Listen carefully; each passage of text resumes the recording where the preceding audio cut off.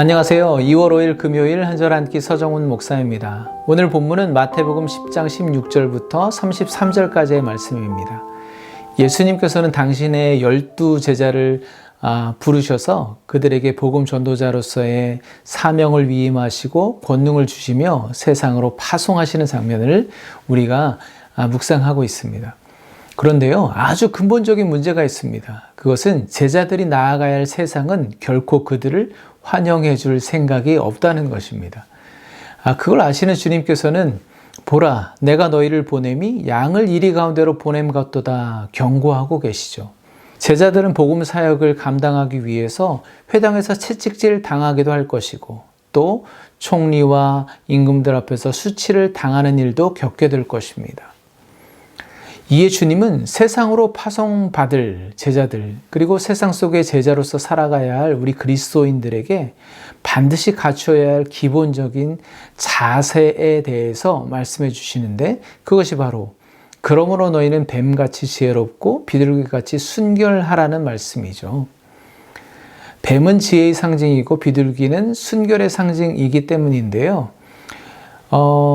비둘기는 우리 사회에서도 순결, 평화를 상징하기 때문에 이해할 수 있는데 왜 하필 뱀이 지혜를 상징하는지는 조금 받아들이기에 꺼림칙하지 않나요? 네. 그런데 사실 이 뱀이라는 이름이 창세기 3장에서 아담을 유혹해서 범죄하게 만들었던 그 뱀, 사탄과 같은 단어입니다. 그렇습니다. 그는 모든 피조물 중에 가장 지혜로운 존재였습니다. 그러나 그에게는 지혜만 있었지 하나님의 말씀에 대한 순수성이 없었죠. 왜냐하면 교만으로 가득 찼기 때문입니다. 반대로 아담은 하나님의 말씀에 대한 순수성은 있었지만 지혜가 부족했기 때문에 그 말씀을 지켜내지 못하고 범죄하게 된 것입니다. 여러분, 우리가 지켜내야 할 것은 바로 우리가 받은 하나님의 말씀을 그대로 드러내는 신앙의 순수성, 순결성입니다. 그러나 그러기 위해서는 뱀과 같은 지혜가 필요하다는 것이죠. 그리고 그 지혜가 교만으로 변질되지 않도록 우리는 늘 말씀 앞에 머무르며 말씀 앞에서 우리 자신을 돌아보아야 하는 것입니다. 그래서 이 지혜와 순결은 늘 동전의 양면처럼 함께 붙어 다니면서 서로 견제하고 또 보완적인 관계로 함께 갖추어 나아가야 할 우리 신앙의 아주 기본적인 자세라고 할 수가 있겠습니다. 바라기는 우리 한절 한 끼 모든 가족 여러분, 뱀같이 지혜롭고 비둘기같이 순결한 신앙을 소유하시기를 간절히 축복합니다. 네, 사실 오늘 제가 나누고 싶은 말씀은 27절 말씀입니다. 함께 읽어보도록 하겠습니다. 내가 너희에게 어두운 데서 이르는 것을 광명한 데서 말하며 너희가 귓속말로 듣는 것을 집 위에서 전파하라. 아멘. 마태복음을 많이 읽어봤지만 오늘 이 말씀은 왠지 좀 낯설게 느껴져서 이 말씀을 중심으로 묵상한 것을 함께 나눠보려고 합니다. 주님은 복음을 어두운 데서 이른 것, 귓속말로 듣는 것이라고 표현하십니다. 그렇다고 실제로 주님께서 제자들에게 어두운 곳에서 속닥속닥 그렇게 복음을 전해주셨다, 그렇게 이해하시면 좀 곤란한데 사실 비슷한 표현이긴 합니다. 예수님은 복음서 전반에서 하나님 나라, 천국에 대해서 많은 가르침을 주셨죠. 그런데 비유를 통해서 알려주시죠. 왜냐하면 비유로 들려줘야 그나마 이해할 수 있기 때문이기도 하고요. 그 반대로 비유로 들려주셔야 이해하지 못하기 때문이기도 합니다. 그래서 주님은 들을 귀 있는 자들은 들을지어다 말씀하시는 것이죠. 아무튼 복음을 어두운 데서 귓속말로 듣는 것이라고 표현하시는 건 그만큼 복음이 하나님 나라의 은밀하고 비밀스러운 것인데 주님은 그것을 특별히 제자들에게만 허용하셨기 때문입니다. 그런데요, 주님은 이제 그렇게 어두운 데서 귓속말로 들었던 하나님 나라의 복음의 비밀을 밝히 드러내고 집 위에 올라가서 모든 사람들이 듣도록 선포하라고 명령하고 계십니다. 저는 이 말씀을 묵상하면서 주님께서는 제자들에게 복음의 증폭기가 되라고 명령하시는구나 라고 말씀을 적용해 보았습니다. 네, 증폭기는 아주 작은 소리 음성을 크게 해주는 장치입니다. 앰프라고도 하죠. 내 안에 있는 복음은 사실 내가 보기에는 참 작고 왜소한 것입니다. 나를 구원하고 변화시킨 복음은 세상 사람들이 보기에는 그래서 뭐 어쩌라고 라고 생각할 정도로 관심도 없고 아주 개인적인 것에 불과합니다. 누구에게나 그렇습니다. 베드로에게도 그랬고 사도 바울에게도 마찬가지입니다. 사도 바울 한 사람이 다메섹 도상에서 부활하신 주님을 만나 경험한 그 복음이 그때 당시 유대 사회, 그때 당시 세상과 무슨 상관이 있었겠습니까? 바울이 경험한 복음이 2000년이 지난 지금 우리나라 대한민국 불신자들에게 무슨 상관이 있겠습니까? 그러나 우리는 지극히 상관이 있다는 것을 압니다.